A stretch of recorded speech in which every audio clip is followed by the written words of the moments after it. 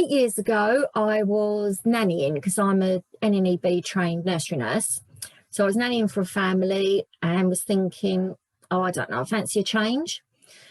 So the advert for the peer supporting volunteer was actually in my local newspaper, the freebies at the time. So I had to look. My husband went, why don't you just go for it? You know, it's like, oh, do I, don't I?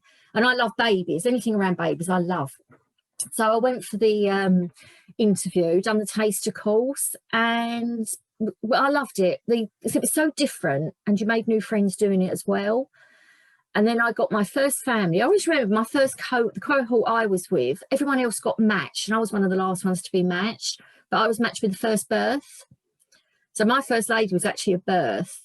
And then I went back to her second birth with her second baby as well. And then it just went from there, really. Then I'd done that for 3 years as a volunteer, and then it came up as a paid post. So I applied for that, got the job. But in the paid post, you obviously support more parents. So I think I was supporting up to 25 at a time, doing the outreach in the community, then we started offering antenatal groups in the community as well, in the children's centres, and that was working really, really well. They then employed another peer support worker, and then they employed another one. So there was 3 of us then. Carried on doing all of that. Then we went into lockdown, so which made the whole change in everything from what we do, because you're no longer out in that community. So we was now offering face-to-face visits just by phone call or Zoom. So you couldn't actually go and meet them. And all the groups changed as well. So we had to become very tech orientated, which I still struggle with. we get there. We're offering the groups monthly, and they're actually doing really, really well. And now all our referrals are picked up as well. So we've got lots of referrals, so lots of mums to support. And no 2 mums are the same. And I think that's what makes it really, really nice, because you can support a 14-year-old, you can support a 50-year-old.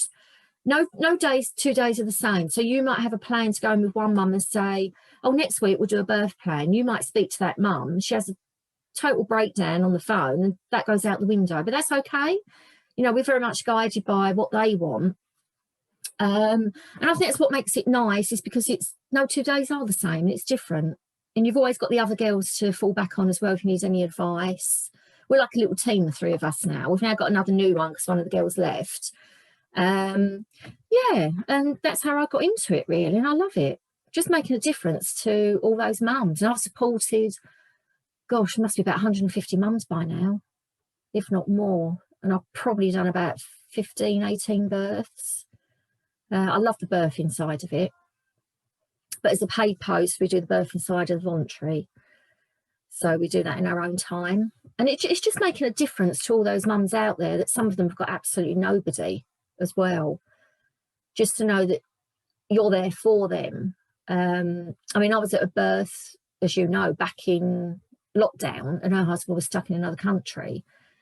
And it just made her life so much different, just having someone with her. You know, and sometimes I think we get a bit blasé. Oh, well, I was only at the birth, and you don't realise just how much it actually means to them. Do you know what I mean? To them families, we just do it as part of a job. But I think to the families, when you actually listen to how their feedback comes across, you think, yeah, actually, I did make a difference. And I think it's one of the most rewarding types of volunteering out there. It's very rewarding.